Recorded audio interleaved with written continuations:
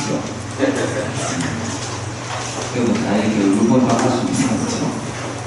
우리가 원래 이 현주 법주사 수료를 가게 됐었는데 우려하는 분들도 많이 있고 또 사회적으로 정책이 또 그러다 보니까 특히 물자들이 또 그런 부분들은 지켜주고 따라줘야 되는 그런 생각 안 했어.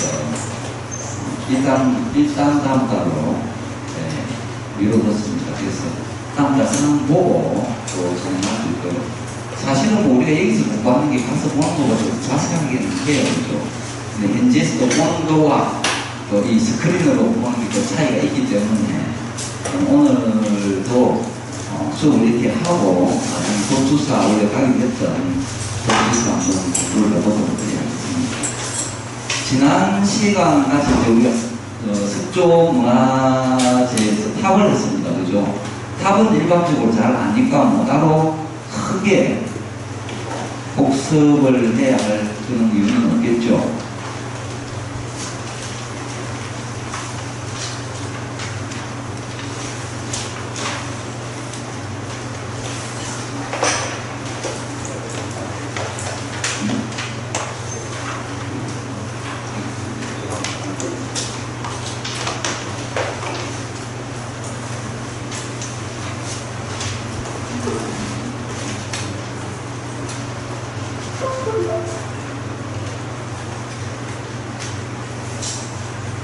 그래서 탑은 어쨌든 이 탑은 부처님이나 부처님의 가르침이다. 그죠? 거기에 사리를 모시기 때문에 사리 종류에는 진신사리와 달마사리, 요사리 두 가지가 있는데 우리는 그 사리라는 그 자체에 너무 숭배하는 그런 마음보다는 부처님의 가르침인 그 참 뜻을 우리가 알고 그래서 깨어 있어서 그 부처님과 같은 그러한 깨달음을 이루기 위해서 그 사리가 필요한 겁니다. 그래서 탑은 불상을 모시기 전까지 지금도 마찬가지죠. 불상을 모시는 지금도 탑은 숭배의 대상이 되고 있습니다. 그죠? 그 사리라는 것 때문에 오늘은 그 두 번째로 이제 석조문화재 중에 석등을 한번 보도록 하겠습니다.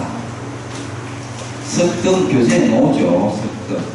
이 석등은 불을 밝히는 겁니다. 그죠? 불을 밝히는 것인데 이 석등의 유래는 옛날에 그 인도에 석가모니 부처님이 그 마가다 국에 아사세 태자 있죠. 아자사 사투. 아자세 태자가 기원정사에서 부처님을 법을 청할 때 거기 참석한 모든 대중들이 기름 그때 당시는 기름을 넣어가지고 기름 등불을 밝히는 그래서 법회의 자리를 밝히는 거기에서 이 등이 유래를 했습니다. 그때 유명한 이야기가 있죠. 난타라는 여인이 있었는데 많이 들어보셨죠? 난타라는 여인이 돈이 없어서 기름을 살 돈이 없어가지고 자신의 머리카락을 잘라서 팔아가지고 그 돈으로 기름을 사서 그 불을 밝혔는데 그 다음날 아침에 보니 이제 시간이 지나면 기름이 다 소모가 되면 불이 꺼질 텐데 난타 여인이 캔 등불만 안 꺼지고 남아있더라. 그래서 안 하고 목금년이 부처님한테 물어봤죠. 왜 저 등불은 꺼지지 않느냐 이렇게 했더니 지극한 성신, 지극한 그 성신과 큰 원력으로 이렇게 켠 등불은 꺼지지가 않는다 해서 부처님이 그 난타 여인에게 동광열애라는 수기를 줘요. 수기를 주고 기를 해서 깨달음을 그런 유래가 있습니다. 그와 마찬가지로 등이라고 하는 것은 어둠을 밝히는 거죠. 그죠? 어둠을 밝히니까 우리가 의미상으로는 과거의 불전, 불단, 대웅전, 이런 불전 앞에서 어둠을 밝히는 것이 목적입니다. 그런데 그것이 상징하는 바는 불교에서 어둠이라고 하는 것은 무명이죠. 무명. 그 무명 자체가 밝지 않다. 빛이 없다는 것이죠. 그죠? 무명이 빛이 없으니까 이 빛을 밝히는데 이 무명이 불교에서는 어리석음입니다. 어리석음.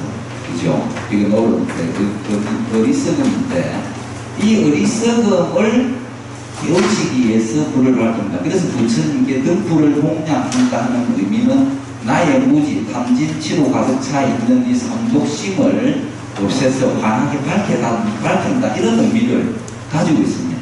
그래서 이 석등도 뭐 뭐 여러 가지 동으로 만든 거, 철로 만든 거, 나무로 만든 거 옛날에 있었는데 역시 다 그런 것은 사라지고 지금은 돌로 만든 등이 남아있겠죠. 그래서 이 돌로 만든 등이 석등입니다. 석등. 그 석등은 크게 탑과 마찬가지로 세 부분으로 나눕니다.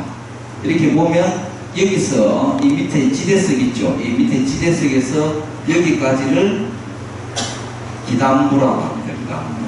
우리가 탑에서 기단부 있었죠. 대자, 상층 기단, 하층 기단 할 때 이 기단부이기 때문에 연꽃으로 되어 있어서 이거는 연화, 대자, 사자가 있으면 사자자 이런 역할을 하고 여기에 화사석입니다. 화사라는 것은 빛을 발아내는 것, 이 창이 있죠. 창, 이거 화사석과 이 옥계석, 이것을 우리가 탑으로 치면은 탑신부에 해당하는 화사석 옥계고 그 위에 장식되어 있는 이것은 상륜부다. 이렇게 석등도 세 가지 부분으로 파트를 이렇게 나눕니다. 그리고 기단부에는 보면은 맨 밑에 있는 이것을 지대석이라고 합니다. 지대석. 지대석 위에 받침돌을 두는데 이 받침돌 밑에 여기에 탑에서나 마찬가지로 안상, 코끼리의 모양, 안상이나 연꽃이나 사자 등을 새기기도 하고 이 위에 이것이 엎드려 있는 연꽃, 이걸 뭐라고 합니까? 복년이라고, 복년이고 그 다음에 이 부분, 이 위에 이것은 이 복년과 대칭되어서 위로, 꽃이 위로 향한다, 주황한다, 악년이죠. 그래서 이 복년과 악년을 연결하는 이걸 중대를 하는데 하대고 이게 중대고 중대석이고 상대석이지만 이 중대석을 복년과 악년을 연결하는 긴장대와 같다. 이래서 간주석이다. 이렇게 이야기합니다. 간주석. 이 이름이 간주석이에요. 이 중대석이는. 이 간주석의 모양이 어떻게 생겼느냐에 따라서 석등의 형태가 결정이 됩니다. 이 간주석이 지금 이 모양처럼 팔각이면 팔각형 석등. 여기가 만약에 북이죠. 북의 모양, 장보 모양이면 고복행 석등. 그리고 여기 사자가 있으면, 사자가 두 마리 있으면 쌍사자 석등. 뭐 이런 식으로 이 석등은 간주석의 모양이 뭐로 되어 있는가에 따라서 그 형태를 이야기를 합니다.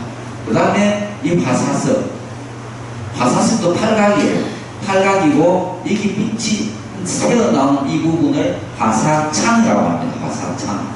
이 화사창이 어떤 경우에는 팔각이 전부 화사창으로 되어 있는 경우도 있고, 대부분은 이렇게 네 군데만 창이 나 있고, 나머지 네 면에는 뭐 보살이나 사천왕이나 인왕상이나 이런 형태를 조각을 많이 해줍니다. 그래서 이게 창이 빛이 새어놓은 네 창의 의미하는 바는 사성제를 이야기합니다. 사성제. 부처님의 가르침에 있어서 이게 지금 석등이란 등불공양이 어리석음을 깨우치는 부처님의 지혜이기 때문에 부처님의 가르침을 간단하게 말하면 연기와 중도, 사성제, 팔정도 그렇지 않습니까? 그죠? 그리고 이거 팔각, 위에 팔각 화사석이나 팔각 기둥, 여기 연꽃도 보통 8개로 되어 있습니다. 이 팔 들어가면 팔정도죠. 그래서 이 석등은 팔각은 팔정도를 의미하고 창의 4개는 사성제를 의미합니다. 그리고 이 화사창에 주로 보면 옛날에는 가다 보면 여기 못 자국들이 있어요. 창 옆에 돌에 못을 박은 자국들이 우리가 사찰 순례를 가보거나 석등 자세히 보면 여기 그때 당시는 전기불이 아니었지 않습니까? 아까 말한 기름등 불이니까 바람이 불면 불을 켜놓으면 꺼지니까 그걸 막기 위해서 여기에 문을 달았다. 창문을 바람이 들어오지 않게. 지금 그게 사라지고 없다 보니 뭐 자국만 이렇게 남아있는 거예요.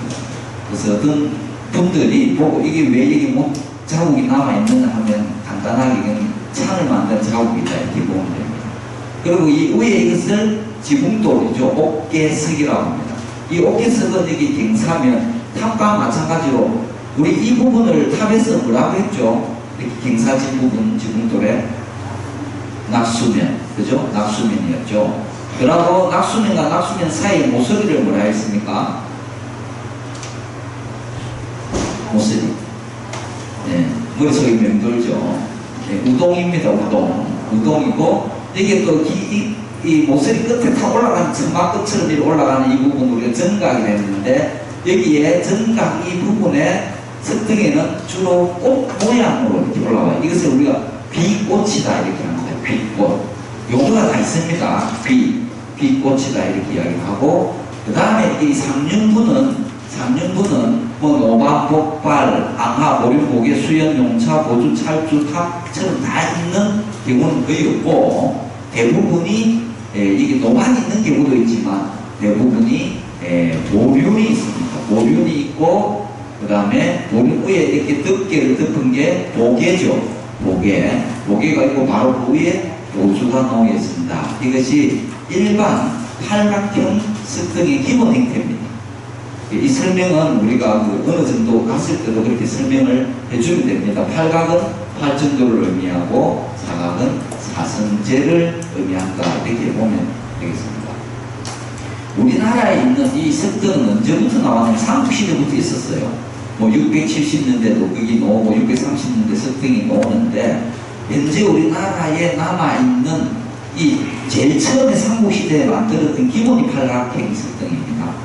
팔각형 석등 중에 가장 그 비례, 높이나 두께 면에서 가장 아름다운 게 부석사 무량수전 앞석등입니다. 이게 우리나라에 남아있는 석등 중에 비율이 가장 아름답다. 가장 비율이 좋게 지어졌다 해서 국보 17호로 지정이 되어 있습니다. 부석사 가면 이게 무량수전이거든요. 무량수전 앞에 바로 이 석등이 있습니다.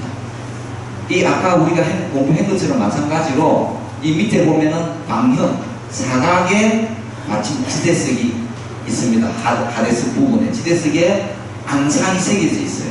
이렇게 이 안상 안에 사각이 있을 수도 있고 연꽃 모양, 꽃길 모양이 나올 수도 있습니다. 그 다음에 마찬가지로 복면이 있고 복면 위에 받침돌 2개를 해서 팔각기둥을 하고 악년형 이것도 8개의 위로 보는 악년 조합 똑같죠. 이게 그 다음 보고 하사창에 이렇게 되어 있습니다.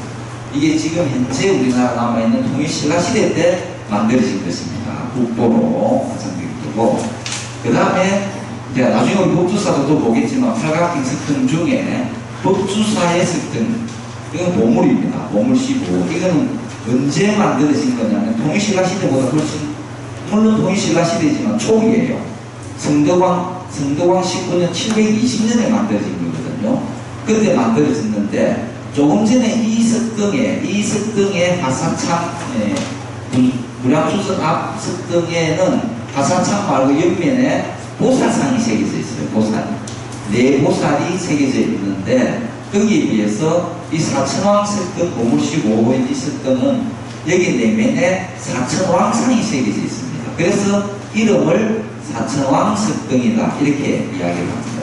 내용은 똑같아요. 여기 밑에 방형 지대석 위에 방형의 하대석 기단부를 놓고 팔각에 받침돌을 놓고 그 위에 복년이고 간주석 팔각의 간주석에 악년을 올려서 악년과 복년은 항상 대칭이 되게 되어 있습니다.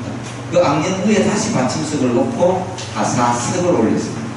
하사석에 4개의 하사창이 있고 여기에 다시 지름돌 어깨석에 그 위에 이게 보륜입니다. 보륜이고 보주를 올려놨다.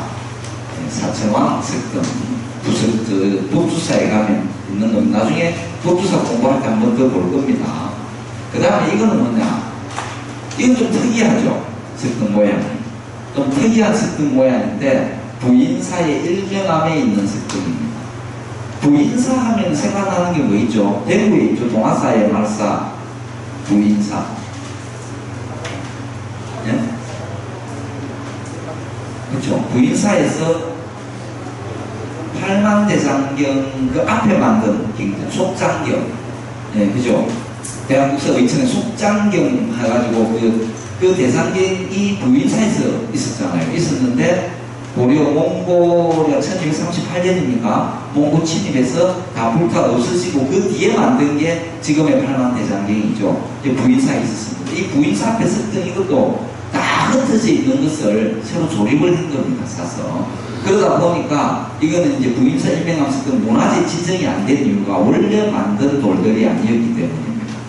이 지금 여기도 보면 좀 특이한 게 밑에 방향은 똑같고 복면으로 이렇게 연꽃잎을 새겨서 팔각의 감주석을 놓았는데 이 부분, 이 악년석이 약간 팔각이라기보다 좀 장방형입니다. 긴 사각의 모양의 이런 것들이 다 기록 역사 시대에 따라서 차이가 나는 거예요. 우리가 이제 볼 때 주로 통일신라시대나 신라 이렇게 팔각의 악년석 이렇게 되어 있습니다. 그리고 이게 팔각의 화사석인데 이거는 화사석 두 개를 붙여놓은 거죠. 또 이렇게 넣어서 긴 쪽에는 창이 두 개고 작은 쪽에 창이 한 개라서 총 6개의 이렇게 창이 화사창이 나타나 있다. 그래서 이거는 통일신라시대 것은 아니라 고려 전기의 석궁으로 판단이 되는 겁니다.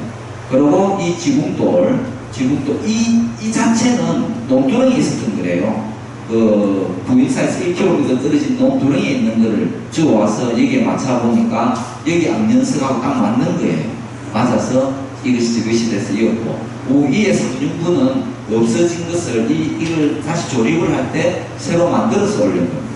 좀 돌의 표가 나죠? 밑에가. 예. 그래서 이것은 이러한 석등은 고려시대의 석등이다.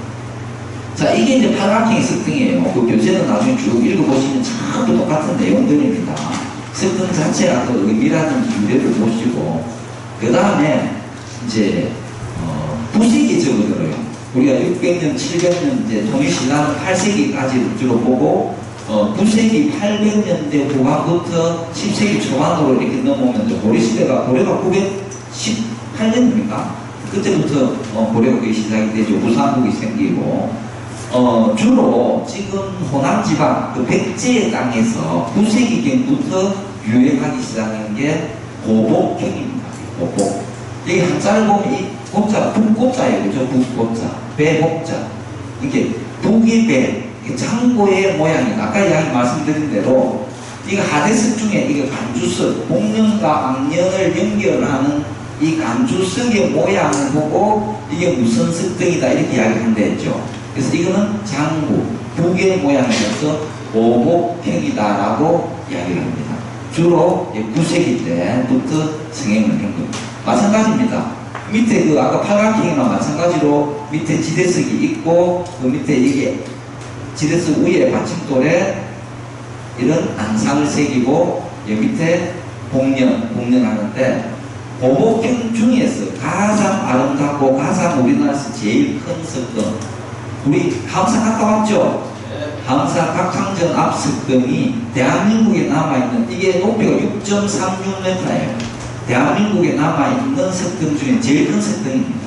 그리고 고복형이고 이 악년꽃을 기록에 의하면은 함사의 사직기에 의하면은 무단바람 꽃을 모양을 냈다 이렇게 이야기를 합니다. 문화바람은 3,000년 만에 한번 피는 꽃이라 그러잖아요. 그죠? 그리고 그 주변에 여기에 올라와 있는 이것이 기꽃인데 이 기꽃이 여기에 꽃게슬 위에도 같은 모양으로 이렇게 장식을 해놨습니다. 밑에 복년석에 있는 기꽃을 이게 악년석이고 이게 장구 모양입니다. 중간에 배에 이렇게 띠를 둘러서 이 연꽃을 8개를 여기도 항상 연꽃을 여기도 세고 8개예요. 8개.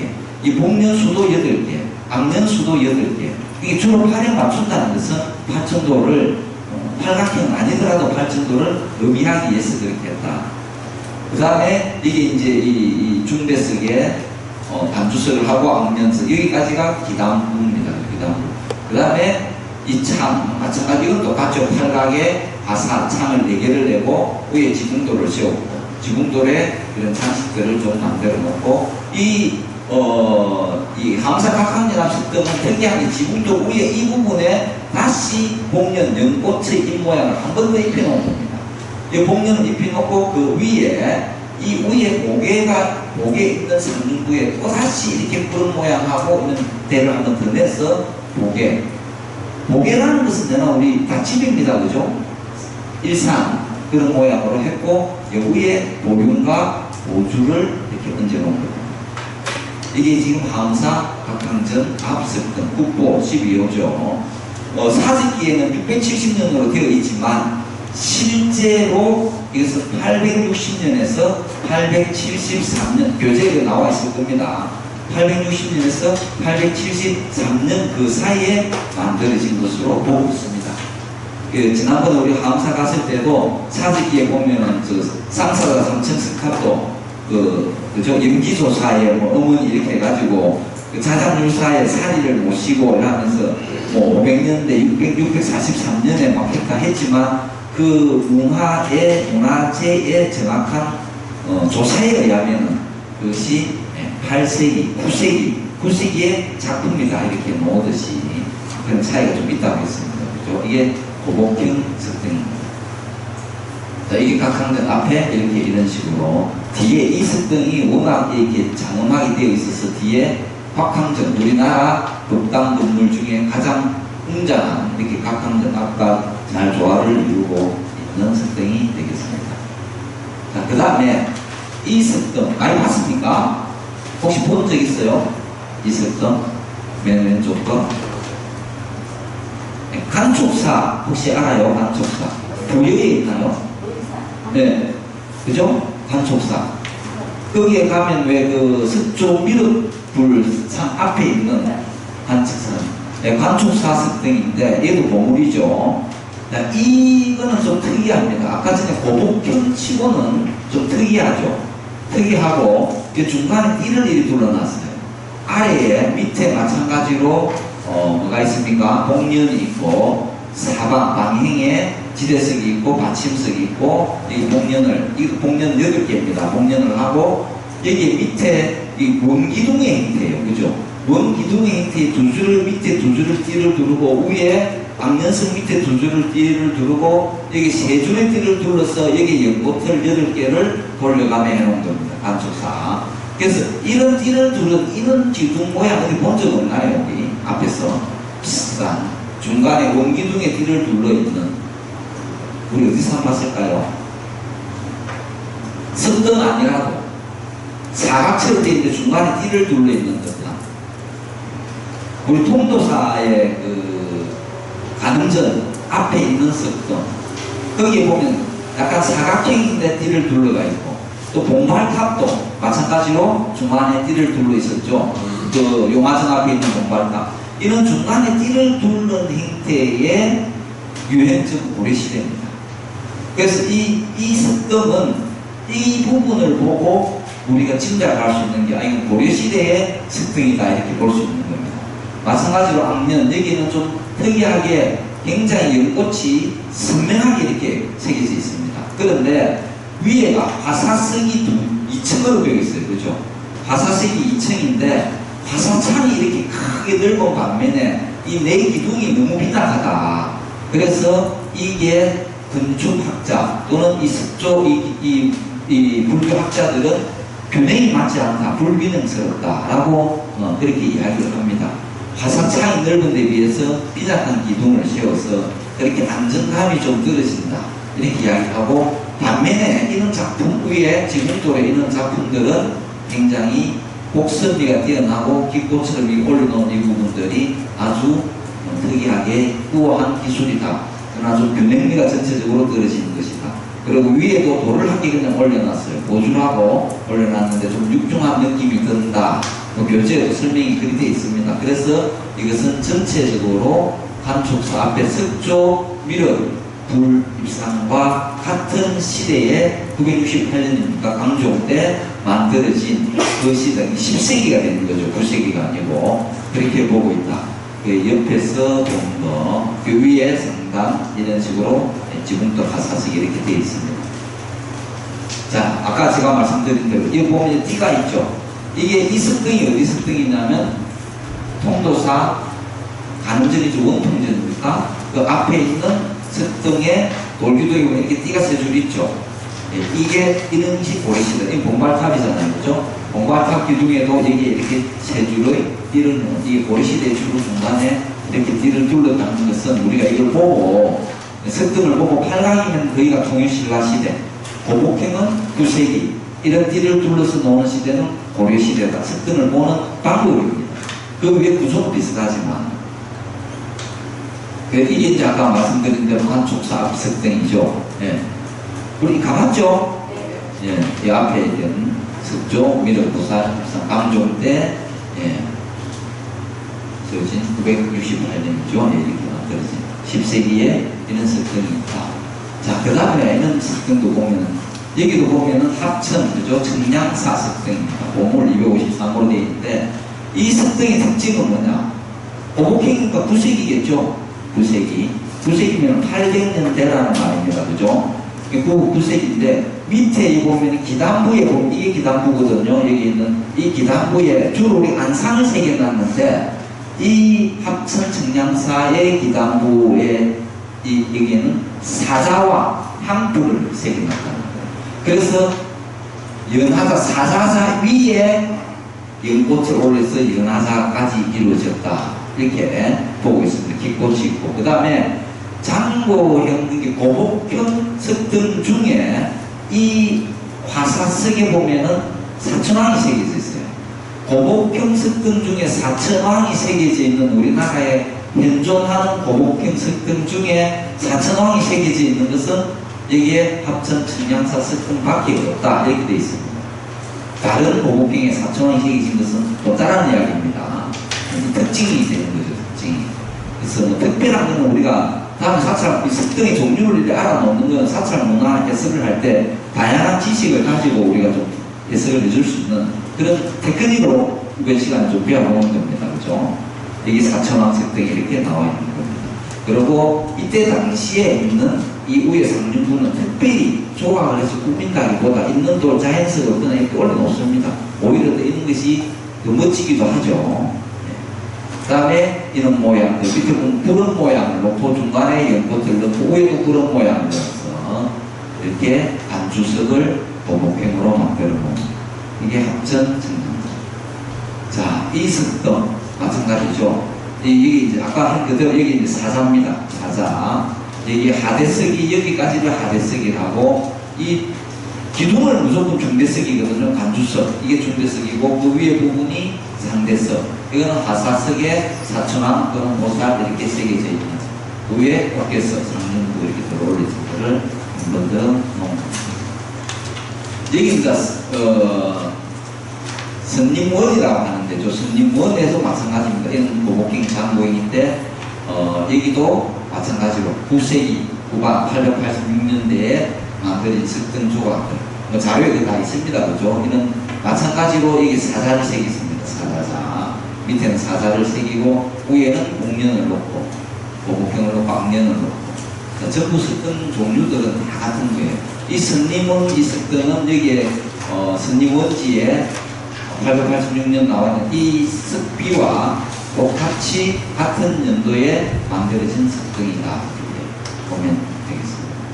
석등의 크게 내용은 하나하기 다양하지만 우리가 석등을 설명하는 부분은 이거는 이제 뭐냐면 이 개원사지죠. 여기에 있는 개성사지에 가면 이 부분이 이 참 화사성이 좀 다릅니다.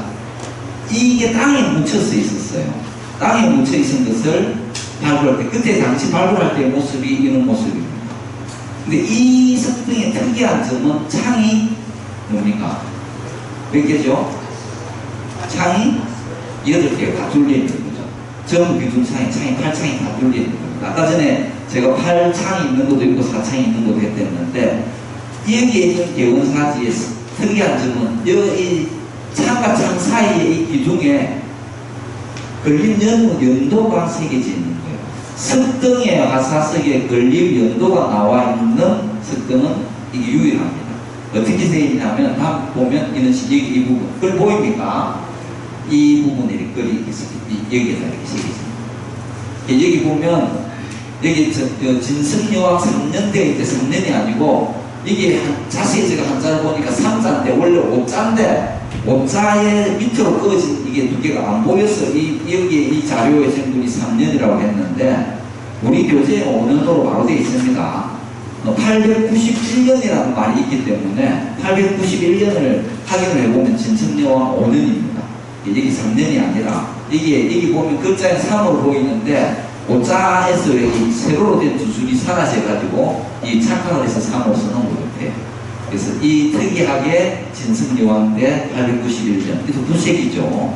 이렇게 만들어졌다는 기록이 나옵니다. 그 위에도 이제 상륜부에도 이렇게 복령부에 이렇게 기꽃을 다 이렇게 고목형이나 이런 거의 특징은 이 기꽃이 참 잘 되어 있다는 겁니다. 악년석에. 팔각석등에는 기꽃이 잘 없어요. 그냥 악년으로 되어 있는데 고목형의 이 기꽃은 함산각항전 앞에 석등과 마찬가지로 우단바라꽃처럼 꽃잎을 길게 늘어뜨리고 이런 기꽃을 항상 만들어놨다는 겁니다. 옥계석에도 마찬가지로 기꽃을 여기도 보면 기꽃이 있죠. 이런 식으로 위에 그래서 이렇게 장식을 해줍니다. 팔각에 보면 이 부분이 좀 없거든요. 그냥 정각 이렇게 해가지고 나와요. 그런데 그런 특징들을 좀 볼 수가 있겠습니다. 네, 이런 식으로 아주 조각 섬세하게 이 9세기 당시에 이 전부 손으로 했잖아요. 그죠? 전으로 가서 이렇게 우리 조상 선조들의 이 기술이 어마어마한 겁니다. 해인사의 8만 대장경 판전도 그렇고 그죠? 지금 우리가 그렇게 많은 자료가 있어도 재료들이 따라갈 수가 없는 그런 노하우입니다. 자, 그 다음에 보복행이 끝나고 나면 이거 많이 봤죠? 네, 법주사에 있는 쌍사자 이 간주성이 사자로 되어 있기 때문에 이름을 쌍사자 석등이다 이렇게 이야기합니다. 국보 5호의 법주사에 우리나라에 인정하는 쌍사자 석등 중에 가장 조각이 뛰어나고 그 기술이 아름답고 이 모든 하나하나의 사자의 갈기라든지 이 모양 행상 이런 것을 가장 잘 조각을 했다. 그래서 국보 5호로 지정이 됐는데 이게 이 조선연대가 720년이에요. 성덕왕 10분. 아까 전에 그 법주사 사천왕 석등하고 같은 시대에 같은 해에 조성이 된 겁니다. 이 보면은 또 특이한 것은 여기에 이 기단석하고 밑에 복면하고 뒷발을 들어서 복면석 위에 올려놓고 앞발과 이 주둥이 입으로서 이 석등을 악년석을 받치고 있는 거하고 이 악년석 이까지가 한 개의 돌입니다. 따로따로 돌로서 붙인 것이 아니라 바위 한 개를 가지고 이 중간중간을 두고서 파냈다는 거죠. 그러니까 바위를 가지고 이 위의 모양들을 이렇게 파냈으니까 정말 대단한 거죠. 뭐 이게 이 사사를 따로 조각하고 복년석을 따로 조각하고 악년석을 따로 조각하고 붙인 것이 아니라 한 바위에서 이 모양을 조각을 해낸다. 그리고 이렇게 악년석을 받치고 있고 약간 이게 간주, 기단부에 비해서 화사나 어깨의 크기가 조금 커서 약간 균형 부분에서는 조금 부족한 점이 있다. 좀 큰 듯하다. 이런 평가는 받고 있지만은 석등의 쌍사자 석등 중에서는 가장 뛰어난 그것도 빠른 시기에 8세기 초반이잖아요. 720년이면 그때 이 사자 두 마리가 여기 보이죠? 어느 것이 암사자고 어느 것이 수사자일까요? 갈기 있는 게 어느 거죠? 이거? 오른쪽이 쓰고갖고 왼쪽이 안 네. 이게 지금 갈기라고 답을 이렇게 해놨는데 사자를 갈기라고 했는데 갈기가 잘 안 보여요. 그래서 제가 법주사를 우리 검정팀 법주사가 함께 가죠. 대신 선배는 앞에 앉으면서 물어보지 말아요. 물어보는 게 아닙니다. 그죠? 네. 검정팀 법주사 갔죠? 갔을 때 거기에 우리가 문화해설을 들었어요. 거기에 전문가한테 들었을 때 그분이 설명한 거 기억이 나실지 모르겠습니다. 입을 벌리고 있는 사자가 암사자다. 갈기를 모르면 기억나죠? 왜? 여자가 힘이 약하기 때문에 들고 있기가 너무 힘들어서 입을 벌리고 있는 거예요.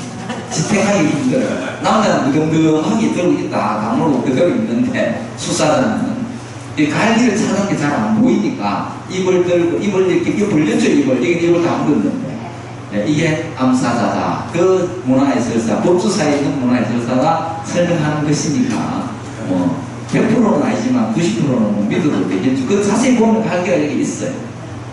그리고 이렇게 악년석을 들고 있다. 국보 5호입니다. 그죠? 그럼 이게 이제 이후에 하사석을 보면은 이 악년석 위에 마찬가지로 여기에는 아무런 조각이 없습니다. 화사창 옆에 면석에는 조각이 없이 그냥 있고 여기에 어깨 밑에 보면은 이게 홈을 만들었어요. 어깨를 이렇게 딱 고정시킬 수 있는 돌로서 홈을 만들고 이게 어깨 받침처럼 이렇게 밑에 부분이 나타나 있습니다. 이 팔각에 여기는 뭐 기꽃이나 이런 것보다는 상사자는 이 정가, 그죠? 우동, 이 낙수면과 만나는 이 우동면의 끝부분에 이게 정가, 점화처럼 되어 있는 부분이 위로 약간 지조사 있다. 우리 석탑에서 한 것처럼 그렇게 되어 있는 우수한 작품입니다. 이거는 중흥산성에 있는 상사자 석등입니다. 다 이거 도무리고 국보들이에요. 중흥산성에 있는 상사자 석등 교재로도 나와 있지만 이게 너무 좋아가지고 일본인들이 밀반추를 하려고 하는 것을 우리나라는 국민들 알아가지고 백성들이 이것을 경복궁입니까? 앞에 나눴다가 하고 난 다음에 다시 지금 박물관으로 옮겨놓은 중산성자에 있던 사자입니다. 이렇게 꼬리 부분 같은 겁니다. 아까 쌍사자에 비해서 그렇게 섬세하게 조각은 안 돼 있지만 그래도 갈기 부분들, 이게 사자의 갈기죠. 이 갈기 부분들이나 이런 것을 그런 나름대로 그래서 우수한 작품으로 인정을 받고 있는 상사자 석등입니다. 여기 이제 영암사지죠. 이 영암사지 이것도 마찬가지. 이 사자의 모양 아까 쌍사자 법주사의 쌍사자에 비해서 좀 둔탁하죠. 이 가슴도 힘이 들어가지고 이 가슴 두개가 완전히 붙어가 있습니다. 붙어가 있고 이것도 마찬가지로 일본인들이 가지고 반출하려면 주민들이 막아서 이 석등을 지켰답니다. 면사무소 앞에 있다가 그 이후에 다시 자기 자리로 갖다 놓은 일본인들이 우리나라 문화재 약탈을 곳곳에 가면 엄청나게 했어요. 그죠? 이게 상사자 석등이다. 위에 이게 사천왕의 모양이고. 자, 여기까지는 팔각으로 이렇게 해서 나타났는데, 자, 여기는 사자지만 좀 다르죠? 이게 회암사지 무학대사 탑압 상사는 회암사. 예, 회암사 하면은 누가 창건을 했냐면 지공스님이 했어요. 이 회암사지에 가면 지공의 제사가 누구죠? 나온해근이죠. 나온해근의 제사는 우리 통도사의 삼성각에 있는 분이 지공, 나온, 그 다음 누구죠? 무학대사죠. 지공은 삼하상이라지 않습니까? 고려에.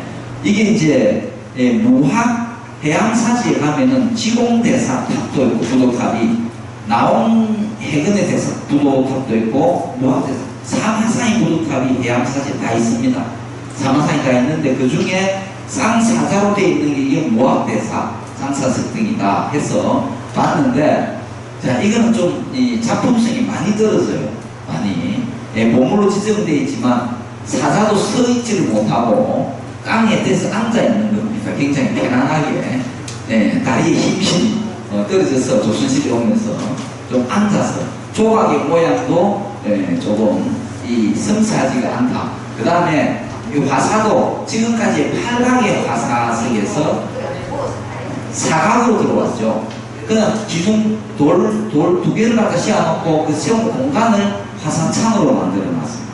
그래서 지금까지 팔각의 화사석 이런 데서 사각으로 넘어오는 게 조선전기입니다. 조선전기. 그리고 통일신라시대 팔각에, 그다음에 9세기에 그죠, 고목행에 또 쌍사자 같이 있다가 이런 화산석 자체가 사각으로 되어 있는 게 조선시대에 오면서 이렇게 화사석으로 좀 되어 있다. 이렇게 보면 됩니다. 무학대사, 이 무학대사 부도탑이에요. 무학대사 부도탑 앞에 이러한 상사자 석등이 놓여 있습니다.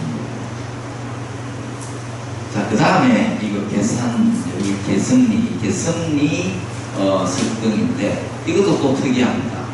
자, 아까 이 부분, 우리가 이 부분을 보면은 이게 띠처럼 이렇게 뜬 건 고목형 치고는 좀 다르죠? 이거 어느 시대겠습니까? 봤을 때. 아까 제가 그 통도사, 그 다음에 아는 통도사의 원통전, 공발탑, 약간 그거 설명할 때처럼 이게 띠처럼 둘러있으면 그건 고려시대로 보는 겁니다. 고목형 치고는 좀, 장구 같지는 않죠. 그런데 이거는, 고려시대기 맞습니다. 맞고, 여기가 또 특이한 게 창이 6개예요. 한 개의 기둥에 이렇게 반달행은 모양을 해서 2개를 붙여놓은 겁니다. 6개의 돌을 이쪽에 반달, 양쪽에 반달해서 각각 2개씩 6개가 붙여놓아서 하사창이 6개가 돼. 개성리 앞 석등인데, 개성리 이 석등처럼 6각으로 된 게 지금 교재에 보면은 이것을 포함해서 4개로 되어 있으니까 북한 그 교재 맨 밑에 그 놓을 텐데, 그죠? 근데 그것이 좀 잘못 기록이 된 게 북한에 2개가 있어요. 북한에 2개가 있고 남한에 이것을 포함해서 4개가 남아있다, 이렇게 자료에 나옵니다. 그래서 그 부분을 좀 수정을 해서 그 교재에는 북한 남한 합해서 총 4개라고 되어 있는데, 북한에는 이런 육각형 모형이 2개가 있고 남한에 이 개성리 석등을 포함해서 4개가 있다. 총 6개가 되겠죠, 남북한이. 그렇게 좀 고쳐주면 되겠습니다. 그리고 이 중간에 화사창에 보면은 이러한 안에 이 등을 놓을 수 있는 자리를 놓은 겁니다. 수선사의 석등. 자, 그 외에도 이러한 모양의 석등들이 있습니다. 모래시계. 여기 보면 그건 교재에도 없을 거예요. 제가 참고로 이러한 이거 뭡니까? 금강저 모양을 해가지고 모듈을 올리는 이러한 석등들도 종류별로 있지만, 이것은 우리가 무슨 석등이라고 하겠습니까? 무슨 행석등? 이걸 보고 호복행. 왜? 이게 호복행이잖아요. 이게 어떤 모양을 보는 것이 아니라, 우리가 이 석등의 이름을 이야기할 때는, 행태를 이야기할 때는 이 감주석, 그죠? 중대석을 갖고 이게 장부 모양이면 호복행이다, 이렇게 이야기를 합니다. 이건 제가 따로 특별히 자료를 하나 해놓은 게 해나사죠. 해나사. 고려국찰 해나사의 석등인데, 위에 이 상륜부가 아주 특이하죠. 멋있게 되어 있습니다. 이게 연꽃이 여기 위에 상륜부에 악년이 있어요. 노반이 있고, 여기 복발 있고, 앙하가 있고, 그죠? 그 위에 보륜 있고, 보개가 있고, 이 탈주처럼 했을 그 위에 이런 금강정 모양의, 또 우리가 그 석탑에서 보면 수연 같은, 수연 물보라처럼 그런 형태를 해놓은. 그 다음에 가사석에도 이게 이 기둥을 세웠지만 이 기둥이 좀 특이한 형태로 이렇게 세워지게 합니다. 아름다운 석등입니다. 자, 그 다음 석등은 이제 끝이 났고요. 오늘 부도를 할 텐데, 부도는 뭐냐면, 부도는 탑입니다. 그죠? 부도탑 이렇게 하죠. 부도는 탑인데, 일반 석탑이나 목탑에는 부처님의 진신사리를 공안을 하는 것이고, 그 사찰의 창금주, 중금주, 그 다음에 뭐 좀 뛰어난 성들의 그 스님들의 부도, 사리, 자기 위에 놓은 사리를 모신 곳이 부도입니다. 이 부도는 언제부터 우리나라에 들어왔을까요? 시작이? 어느 시대부터? 제가 몇 번 말씀을 드린 것 같은데, 부도에 대해서. 9세기. 통신라말부터 고려 초. 왜 그때 부도가 생겼을까요? 그렇죠. 선종입니다. 부도는 선종과 유입과 같이 생기기 시작했어요. 선종이 있기 전에는 항상 교종이잖아요. 교종. 이게 이때까지 지금 중국도 그렇고 중국에서는 그 누구죠? 일일 부작 일일 부식 하는 그 이름 누구죠? 백장회가 선종을 만들기 이렇게 하기 전에는 이 선종 교종의 뜨고살이 역할을 했어요. 이게 선종을 인정도 안 해줍니다. 왜 인정을 안 해주냐? 선종의 특징이 그걸 몰라도 되는 거예요. 선종 공부를 안 해도 되는 거예요. 물론 공부를 해야 되는데 꼭 그 경전을 보고 공부를 해야 한다라고 하는 개념이 선종에서 사라지거든요. 그러다 보니까 교종 입장에서는 양반들이고, 그 사람들이 선종 보고 하는 말, 저는 우리나라 말을 하면 쌍놈들이 하는 것이다.